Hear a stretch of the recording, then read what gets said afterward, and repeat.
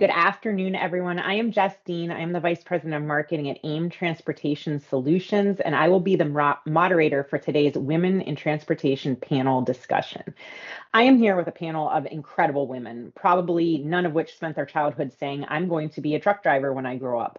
And that's sad. And not everyone on the panel is a truck driver today. We do have one truck driver on the panel today, Melissa Thompson, and we're very glad to have her, as well as the rest of the panel.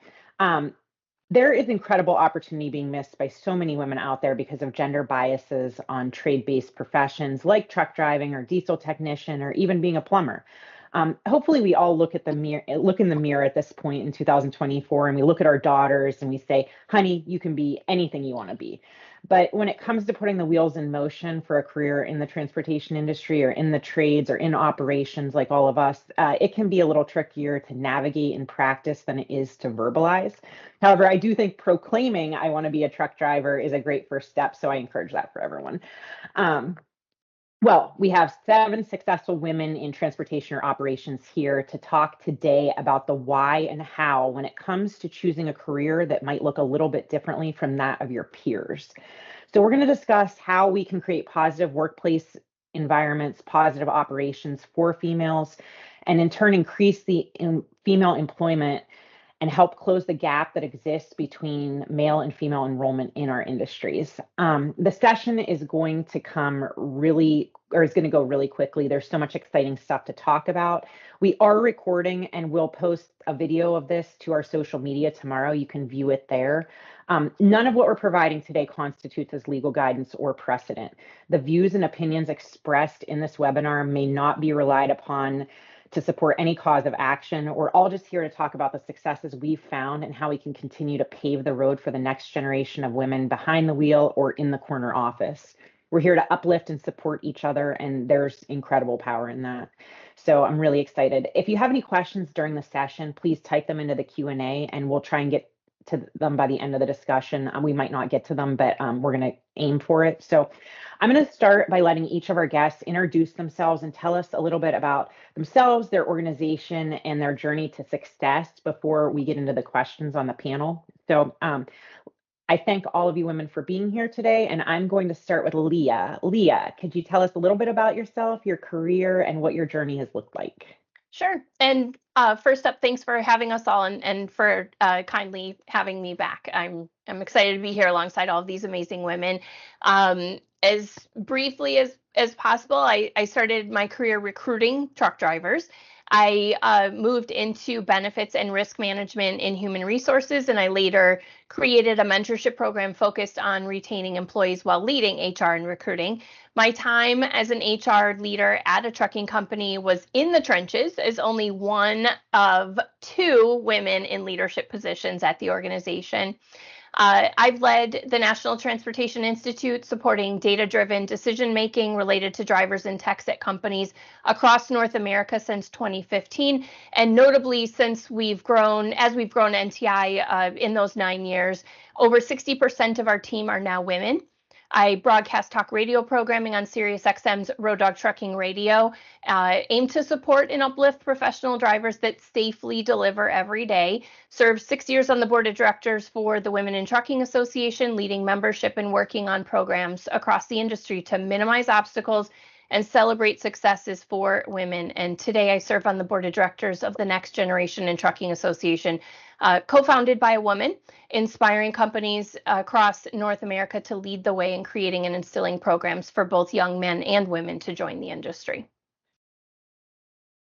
Thank you, Leah. I probably should have had you go last because your resume always makes me a little insecure about my own. So no, I'm just kidding. But you're incredible in your field and Thank you. Have a great track record. So thank you so much. Up next, we have Rhonda Miller. Rhonda, can you please tell us a little bit about yourself? Hi, yes, I am a director of safety at Contractors still.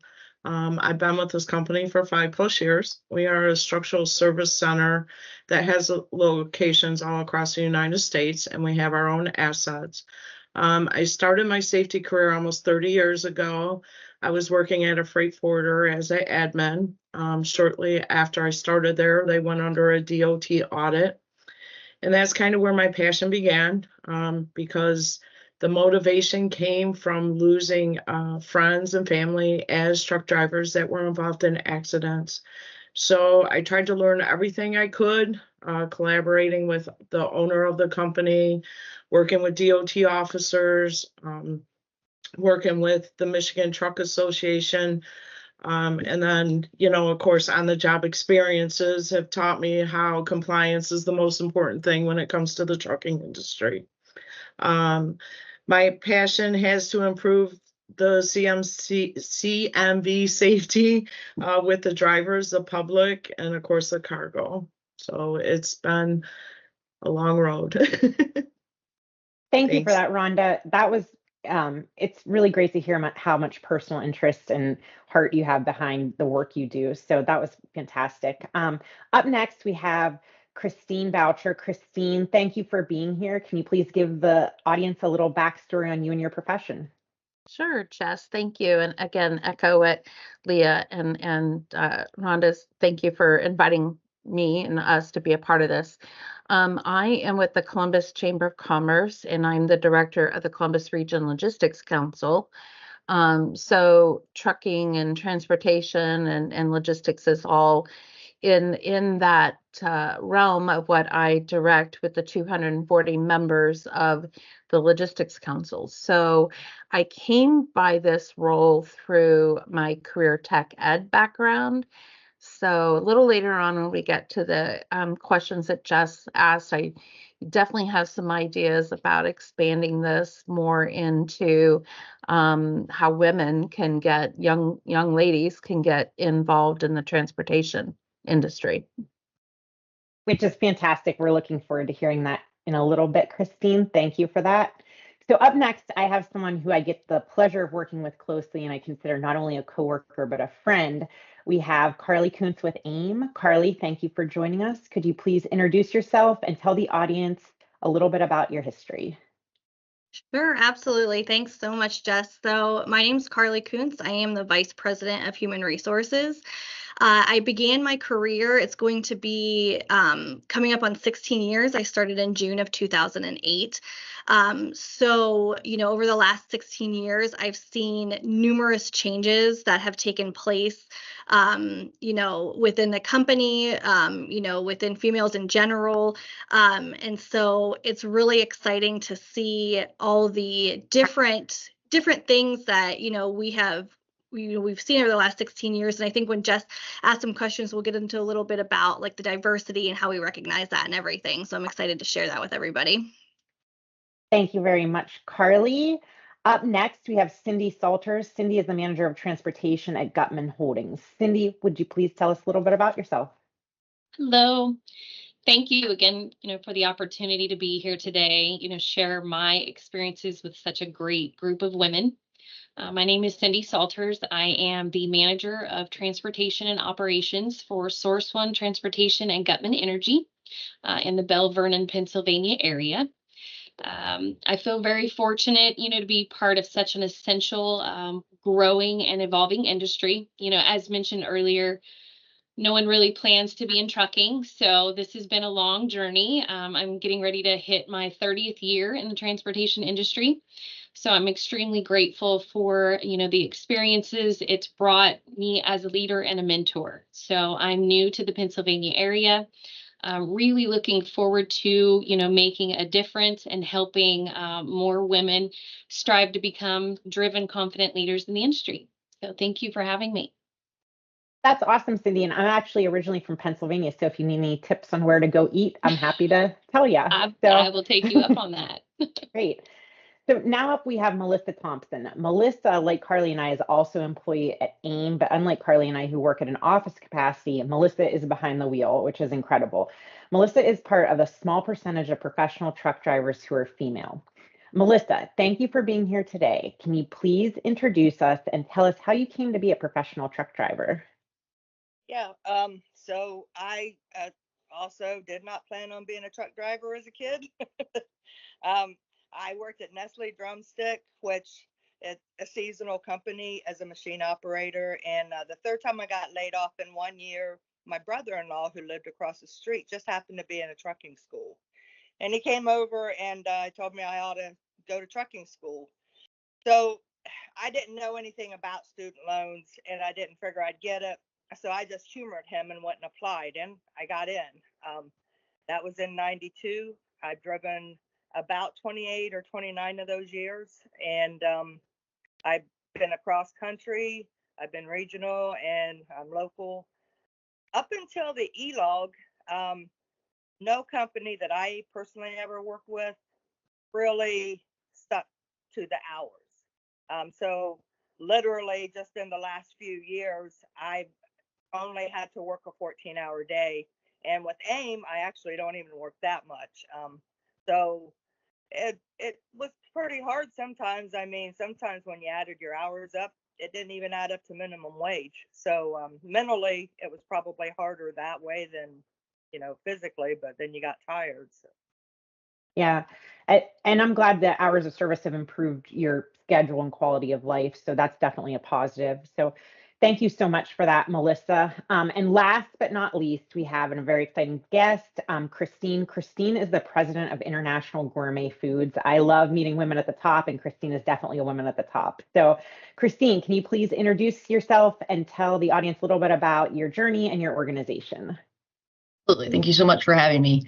My name is Christine DiBenigno. I'm the president of International Gourmet Foods. We're a regional food distributing company. So we focus on that last mile delivery and transportation of product. I, like everybody else, did not imagine myself running a company in this industry, but I'm so grateful that I had the opportunity. Truly am. I often will talk to youth about the fact that not youth, just anybody, about the fact that distribution literally involves every aspect of any industry. If you want to be an accountant, perfect, we got a job. You want to be in sales, you want to learn food, but the best part is truly the logistics and transportation component. It's fast paced. It is collaborative. It is all about problem solving. I am fortunate to have risen in the ranks within my own company after 22 years, working in every aspect of it. Our main focus here at IGF is educate to elevate, which I think perfectly aligns with the conversations we are having about how we get more humans, and specifically more women, and into our various industries. That's awesome, Christine. And I love your guys' motto. That's fantastic. So if the audience has any doubt that there are not strong women making waves in the transportation operations world, I think looking around this panel today would definitely put those to rest. So I'm really thankful for all of you guys being here today. The first question I'm going to ask, I am going to pick on our veteran panelist, Leah. This is her third time of joining us, and we have really enjoyed the collaboration between her and AIM going forward. So, Leah, I want to start out with the basics. We've come a long way, but we have a long way to go when it comes to women being equally represented in trucking. You are frontline on the field with this battle, and in the world of supporting the cause of female drivers and transportation professionals, you're second to none. Why is this cause so dear to you, and what can we do to continue to increase women's participation in the industry? I love this setup. I'm going to add some of that to my profile, I think, just so folks really know what's important to me. These are big priorities, and we've got mountains to move, but there is some movement. First of all, why dear to me? As I mentioned before, I spent 6 years on the board of directors of the Women in Trucking Association, and I learned firsthand not what it takes to minimize obstacles or celebrate the successes, but I learned that it really does take some empathy and understanding of what it takes to minimize obstacles and celebrate successes, creating opportunities for women. So really just taking what I had learned and adding something which is a greater understanding of why these issues exist. So to that, I have a long list of where I think we have room to grow. I think that we need to inspire our kids and our community to believe and understand that industry has opportunity so that our jobs are first choice, not second, third, or fourth. In fact, I had a baby just under 2 years ago, and I tell in most of my presentations that we are making him available starting at the age of 18 to be behind the wheel at their company. To that, we need to create and articulate career path for everyone in the organization. This is something that historically has been missing in the industry. It is improving, still has a lot of room to grow. Mentorship programs, women want to network. As we are here, we want to mentor and we want to be mentored. Even as we grow and expand, we still need that thought leadership from other folks around us. Reflecting in both internal and external marketing, the recognition, the amplification, the celebration of women at all levels of the company, not just leaders. So real people and real wins need to be shown, not just a stock image, for example, in ads, but really reflecting and genuinely feeling proud of those accomplishments. And lastly, I think that we have to acknowledge and work on opportunities that allow women in child rearing years to do it all. Work-life balance is hard for everyone. It is nearly impossible for women that are looking to have or do have young children, especially in roles behind the wheel, because in my opinion, we will never really make significant headway in the percentage of women that succeed and stay in the industry until we make big moves to create opportunities that don't require the model of learning the ropes in a survival of the fittest position that takes you far away from home and loved ones. And I say all that keeping in mind that you asked why this is important to me. I remember, it's probably about 15 years ago, sitting at the desk with the other woman leader at the company, and I was newly married, and she was asking about children, and I said, I don't even know how I could. It was like 7:30 at night that we were meeting, and I didn't even see how that opportunity would be possible. Yeah, that's very powerful stuff, Leah. I appreciate that. I think that we should keep the female driver topic going. So, Rhonda, you have kind of a unique perspective on the driver community being in the training function. So, kind of elaborating on what Leah said, why do you think, or what do you think organizations can do to create an environment that might better entice female candidates to apply for driving jobs? Well, there's, of course, the truck drivers go, across the United States, and safety is the number one priority when it comes to the community. We all have to have good safety policies, good driver training, safety technologies, and of course, maintain routine maintenance on the vehicles. And these are types of things that you can advertise.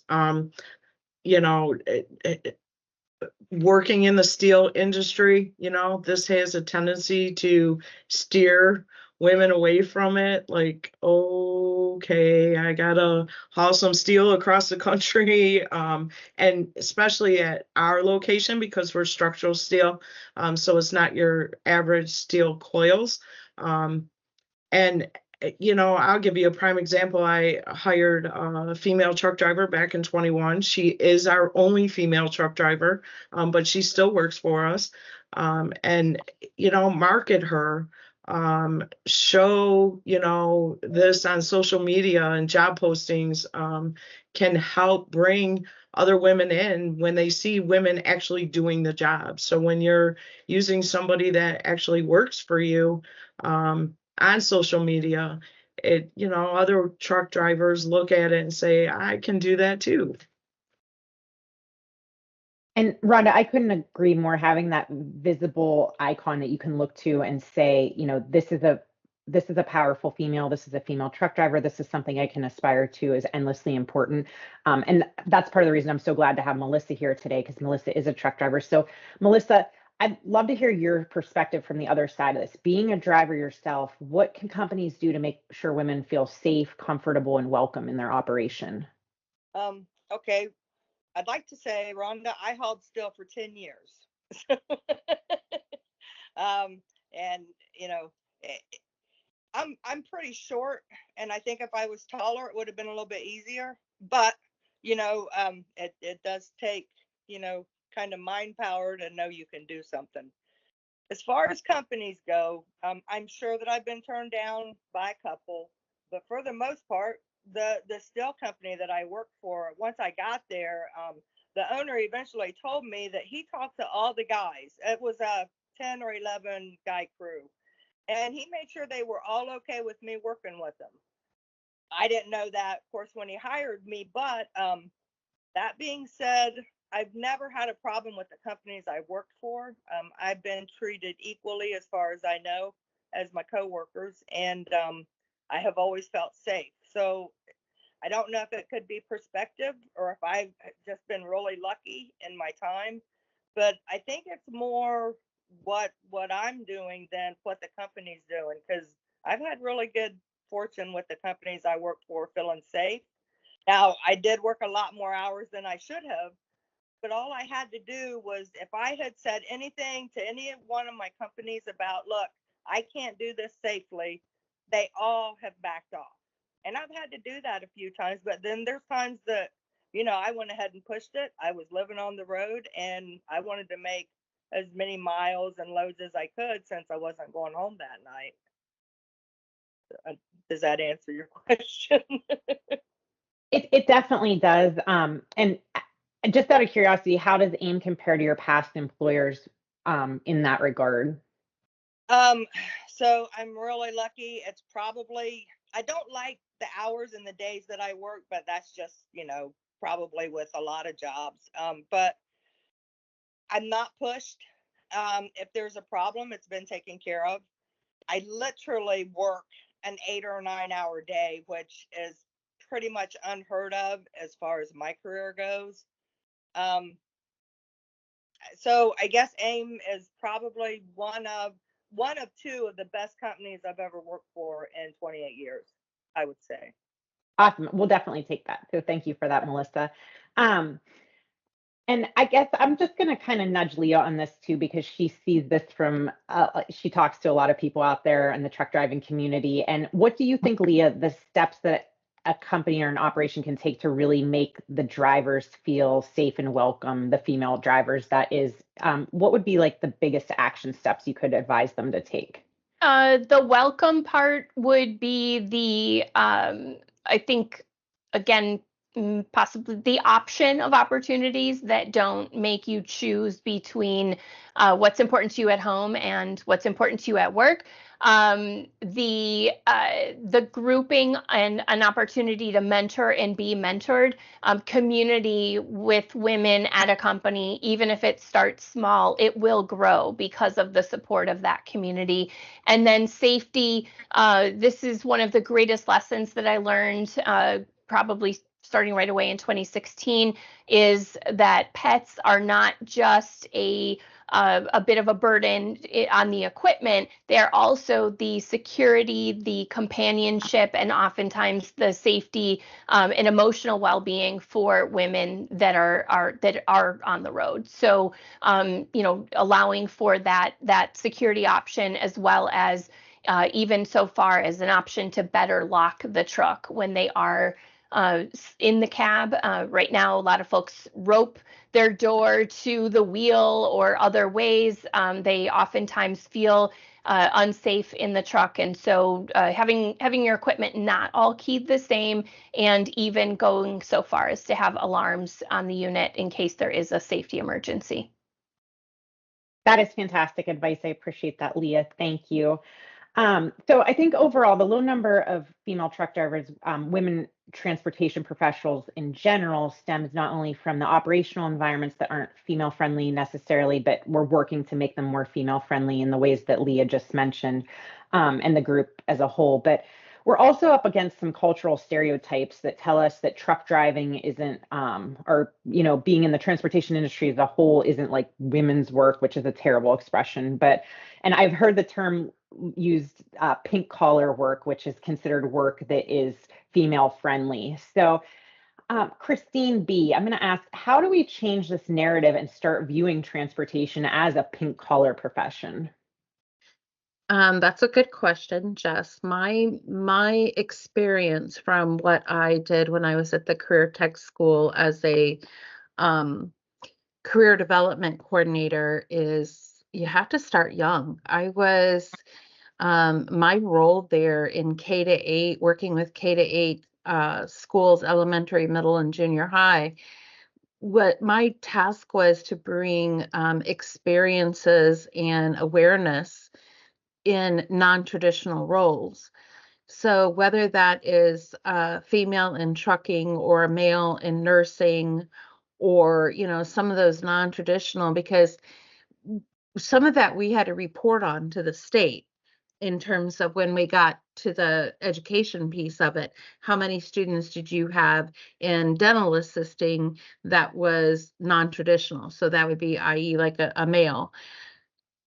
This is a little harder because transportation is something that right at graduation, it's not always possible to just go right into. So there's got to be an organized plan for what that looks like. What are the steps that can be taken, so that women, so young girls can see themselves in that role, whether it's getting them in, a truck and having them take a look around, or whatever that may be. That we've got to create more exploration and awareness. I think They have to see themselves there. I think, yes, I could not agree more, Christine, that visualization is so important, and having an icon to latch onto. Is there anything any of the panelists would like to add onto that? I will. Yes, Melissa. I think a lot of times when I've talked to other women about getting into trucking, one of their fears is driving, being able to drive it. I had a cousin who actually went to school because her husband tried to get her to do it, and she couldn't get the backing, which everybody has a hard time at first. I really wanted to take her out. I was positive I could have trained her to back without the stress, we grew up together, so I was sure probably half of it was stress. So I don't know if there's something can be done in the parking lot when they're first driving, to teach, women how to back a truck, and go around corners. So that probably, I think, would be something, because I imagine there's quite a few women who actually will go to school, but when they can't get it, just like my cousin, she dropped out of the trucking school. Yeah, I think that's some good practical advice, just for young women out there. So I appreciate that, Melissa. So we are going to go ahead and switch gears just a little bit here and talk about women in the transportation industry and the capacity outside of driving. Many of the women in this panel are in executive positions, which can be a challenge in itself, particularly when female employment numbers are low, like in transportation. So Carly, how does AIM foster upward mobility for female executives? Thanks, Jess. So, kind of like I mentioned before, I've been kind of at the forefront of watching females succeed at AIM. Myself, I'm one of them. Jess, you're one of them. We've seen that firsthand personally. AIM's always been hugely supportive and fostered learning for their employees and for their executives. That could include, online training, higher education, upskilling, networking, attending seminars, just naming a few out there. There's a lot of chances for opportunity out there. So, we always say that, we're not in the trucks with our drivers, and we're not on the floors with our techs. And if it wasn't for them, we wouldn't be here. Any opportunity that arises that we can get to the forefront of that and learn, it's been encouraged. So it's always like, yeah, go out there and check it out. Look what's going on. So that's always been huge in my aspect, because I'm not out there every day. So that's super important for us. And encouraged to do that. We also do a lot of community involvement. One of the things that AIM does is the Panerathon, which is a local walk that benefits breast cancer awareness. We participate in that, and then we're very heavily involved in the local United Way here in the area. So these foster the family culture. And Leah kind of touched on that work-life balance, that you have. So, I myself, I'm raising 2 children right now. And so while I'm trying to teach them responsibility and good work ethic, I need to be there for them during these years as they're growing up. I want to be there. I don't necessarily need to. I want to be there too. So that work-life balance and the fostering of the family culture is very important at AIM. We have huge family members come to that Panerathon. We gave an award out once to who had the most family members. They brought aunts and uncles and cousins and brothers and sisters and grandparents. It was so fun to see that. My husband and my kids and we've passed out Thanksgiving meals for the United Way before. So, that's very encouraged as well. And we try to get out there in the community. We also, Melissa touched on feeling safe and feeling, making sure that she can bring up issues and everything. And we talk about, that, what's that term, that psychological safety. Yes. So, that's important. We want our employees to feel that they can come to us and talk to us about anything, that they're supportive to speak up if they have anything they want to bring to us. So that's also very important. You also always hear find a mentor, but that's super important. I've seen the first CHRO in our company, move up, and she's been my personal mentor. Find yourself a supportive network and get that mentorship. And it's hugely important, and it helps that upward mobility. We've had one of our drivers, Amanda, who's been on this panel before, and she is a driver for us, recently promoted to a safety manager. And while we're super sad to see her leave the driving aspect of it, we cannot wait for her to get into the safety manager position and put that female aspect in that position. So, I've kind of gone on and on about different things that we do, but I think this is why we have so many successful, women here at AIM. Carly, I couldn't agree more, and I love that you touched on the mentorship piece. Christine and I were on a panel, or were at a panel this morning that talked in depth about the importance of mentorship, and I've seen the importance of that in my own life. And Patty, who you noted was your mentor, she's also been an important role model in my career. But having my mentor, who Matt Svankara, has guided me through my career. Don't be afraid to ask a man to be your mentor too, especially because we're in such a predominantly male industry that sometimes the person we are looking to help guide our career and help point us in the right direction and create that psychological safety that Carly talked about in our work environment, where we have someone we can talk to openly. It's great to have females in your life, but also it's great to have men in your life that have, can guide your career in the right direction when they're supportive and an ally to you being a female in the industry. So Carly, that was fantastic. And I couldn't agree more with what you said. And, AIM has been fantastic in the way of supporting us in our executive growth. So that was really good. I'm going to next pick on Christine D. Your perspective is great in this arena because you're bringing incredible value to the group as a president in an operations role. So what advice do you give to women in distribution or transportation or operations whose long-term goal is that corner office? I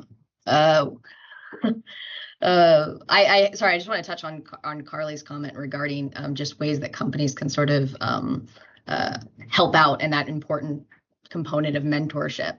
As I stated earlier, I didn't sort of expect to sort of roll up the ranks by any means in an executive role, but I realized early on that you sort of ally yourself with subject matter experts, right? Ask a ton of questions. Lean in a lot and learn your own style of learning. One of the hardest things that it took a large adjustment in the beginning of my career was it's a very tangible industry, transportation. But I didn't learn tangibly. I learned through reading. So if somebody gave me an article to read, and then I could take notes on it, and then they could tangibly show it. So I had to sort of, as Melissa was talking a lot about some self-advocating, which is really important, advocating for yourself. I had to realize that for me, I had to figure out what was my strongest learning method, and then partner myself with subject matter experts who are willing to share in that same way and teach in that same way. And obviously, networking is really important. Finding the humans that trust in you and trust in the vision of what you're trying to build, right? When I joined the company, we did not have a lot of females, right? I was one of very few females in an industry in distribution. And we've worked really hard to make sure we make it a welcoming place, and realize that by bringing in a more diverse workforce, we're really developing our company to move forward, because they're bringing different ideas, different outlooks, different solutions to problems that are persistent, that consistently occur.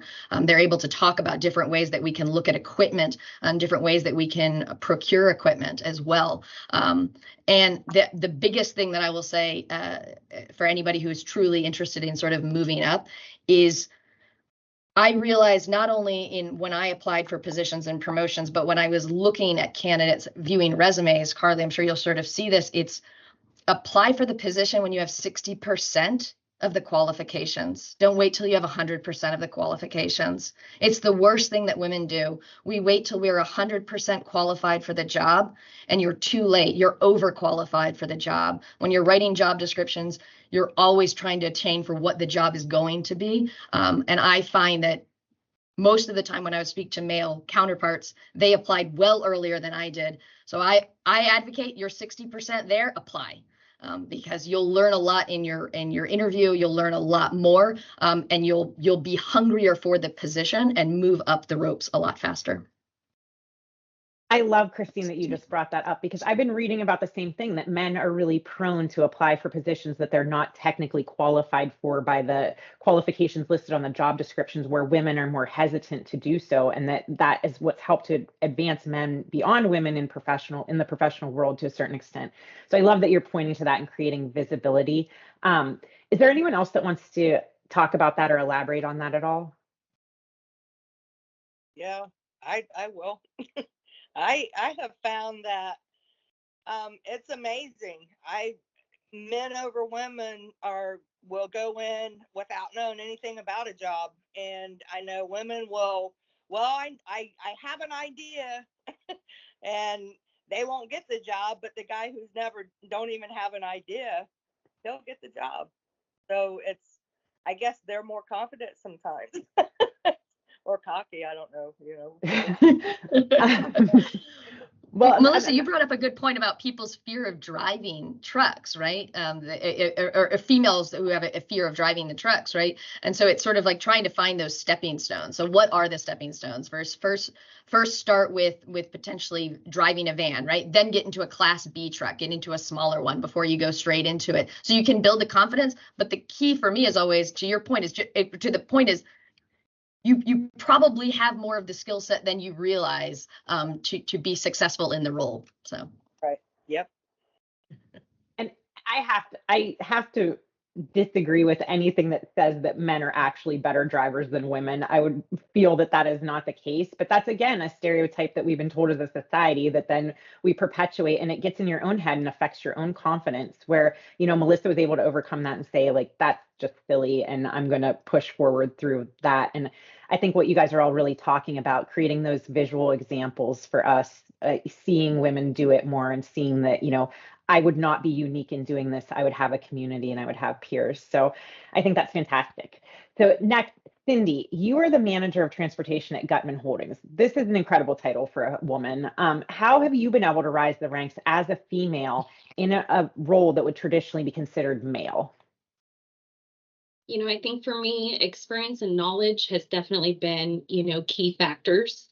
I started at the bottom, filing bill of ladings, invoices, kind of watching many facets of the business. I learned negative and positive things, from whether it be older generation drivers, owners of successful, transportation companies, peers on all levels. And sometimes, it was what not to do as well. So negatives and positives both. It took a lot of persuading, to get into some positions. In the early 90s, there were not a lot of women in trucking. And so I remember trying to get in as a dispatcher. It took me years, to try to work my way in there. I was the only woman in a satellite terminal in California with about 150 men. So it was seen more of a problem than a solution. And so you slowly see that changing, throughout the years. But for me, I kind of used that experience as a tool. I made sure that I learned every position that I could. I was confident, knowledgeable. I was able to present myself, with that throughout my time of the industry and working my way up the ladder. So career development, is a big thing as well as a woman leader. A lot of women are driven to succeed by learning from other women. Sometimes that's the best tool. And if you can mentor others to be successful and they can learn from you, it's gratifying, a win on both sides. So, I think I still have past employees today who, still call me, still catch up, whether it be drivers, dispatchers who share their promotions and successes, and are still very grateful for the mentorship. So, some of those weren't the easiest. Sometimes you have to have those hard conversations, but, in the end, they're still very grateful for that. And so I think what we do as leaders, for the industry is something to be very proud of. I think if we can, make even the smallest changes in the right direction, I think it can definitely help. I think that's so spot on, Cindy. And just, proving that you're, even though you might be guiding a team of people that have the difference from you, that they're male and you're female, you showing them that you make the right decisions, that they can trust in your decision making, and that you're, rock solid for them, is a way to really rise above any kind of gender bias that might exist. So I think that was really well said. So we had a question that popped up here on the chat. So this is Christine at IGF. This is a question for her. If not only welcoming for women, but also for those whose first language is not English, how do you successfully lead your company to attract such a diverse workforce? And that's diverse in not only looking for women, but for people that their first language is not English. That's an interesting question. Thank you for that, Dan. Well, it's actually, I don't know who you are, but you hit on one of my actual other projects. I think it's really important that we learn each other's cultures. Here at IGF, all I can tell you is everything is done we have right now we have a higher Spanish population and English population, so two primary languages. So we've not declared a official language at our company. So everything is done in dual instruction. We offer English as a second language course to anybody who really wants to get into management, so that they can properly make sure that they are able to communicate with anybody that they might oversee. It is important to see yourself in roles within the company, and to find partners, not just for mentorships, but also for peers. I think that peer relationship, especially in the beginning of a career, is so critical. It can be very lonely, especially when you're joining a new company. So that is how we sort of address language within our own company. And we're constantly looking, if we end up starting to see another language that we are hiring heavier in, then we would open it up to making sure that we just provide all of that training material, all of the resources in trilingual, which would be, I don't know, a really amazing thing that I hope I see in my time here. I don't know if that answered the question. No, it definitely did. And that's, it's incredible to see how progressive your organization is in these areas of, welcoming anyone and opening up the opportunity for people that don't fit into the exact box of what employees might have looked like in the past. So you guys are really doing incredible things, Christine. So that's fantastic. I had another thing come up on the chat here that I was just going to open up to the group and see how you would deal with this. We had Karen say, I once had a manager tell me he doesn't approve of a woman driving a truck, and he don't expect him to support her at all. How would you guys advise Karen to deal with a manager who is saying this? Anyone? Sorry, Carly. Are we both going to say call human resources? I was just going to say, do you want the HR answer, or do you want another answer? Exactly. Go ahead, Leah. No, Jinx, you go ahead. No, I was just going to say, I can't even tell you the face that I would make if I had a female employee ever call and tell me that one of our male supervisors had said that to them. So, I mean, it's 2024, and to have that as an even conversation is beyond me, but I know it happens out there, and I'm sorry for the people that it's happened to. But I mean, us at AIM, I think anybody on this panel, any company out there would take that very seriously. And there's training out there, there's discussions. I mean, anything that we could possibly do to rectify that, but that should never be a comment that should be made to any female. That's not leadership. So you have to replace the leader or allow them to break down those barriers. I've got a reply if you're done, Leah. I am. So I personally would do my best to prove him wrong. If he treated me like other coworkers and short of knowing his opinion about me, I would do what I had to do. I've always had to prove myself. I've done non-traditional work all of my life, and I've always had to prove myself, and I have changed people's minds. So I would first attempt to do that before I talk to anyone. And then if I was treated unfairly or wrongly, then I would go above him. But in the beginning, because I've had success in the past, I would absolutely try to show him why he's wrong. Ironically, I don't know if you see the chat, Melissa, but that's what Karen says that she did. So you think alike. And she also said she laughed at him and became his best driver. So I love that Karen put the proof in the pudding and really stepped to that in an appropriate fashion and rose above. So that's a fantastic way to handle that, Karen. Is there anything else anyone would like to add on to that? All right, well, I'm out of official questions. So for the panelists, is there anything that we kind of want to, in closing, impart to the audience about how we can be strong as a community of women in transportation, or how our male allies can help us succeed in our roles? I'm going to shock you by saying I have something to say. I'm all ears. There was a couple of really strong points made earlier, and I think I'm going to share them out of order, my response. But Christine D was sharing about not just focusing on women, but on a totally diversification of the workforce. And companies often only seek a solution that's within the current existing walls. And if we do that, then in our industry specifically, everyone typically looks the same, right? Middle-aged white men. And the only way that we start to see that change is proven at NTI through benchmarking. But when you look outside those walls, that's how you break them down and you build them better. We're an industry that thrives on networking, and we make a huge group feel much smaller by building internal networks, so that asking about or collaboration with other companies and thought leaders on programs that work, and taking interest in what others do to succeed here is a great way to find the same success. So if you hear something today that resonates with you as being a problem within your walls and you want to start to break them down, a great way to do that is to work with someone that you admire, like Christine, and simply ask the question, because again, folks like to mentor and they also want to be mentored.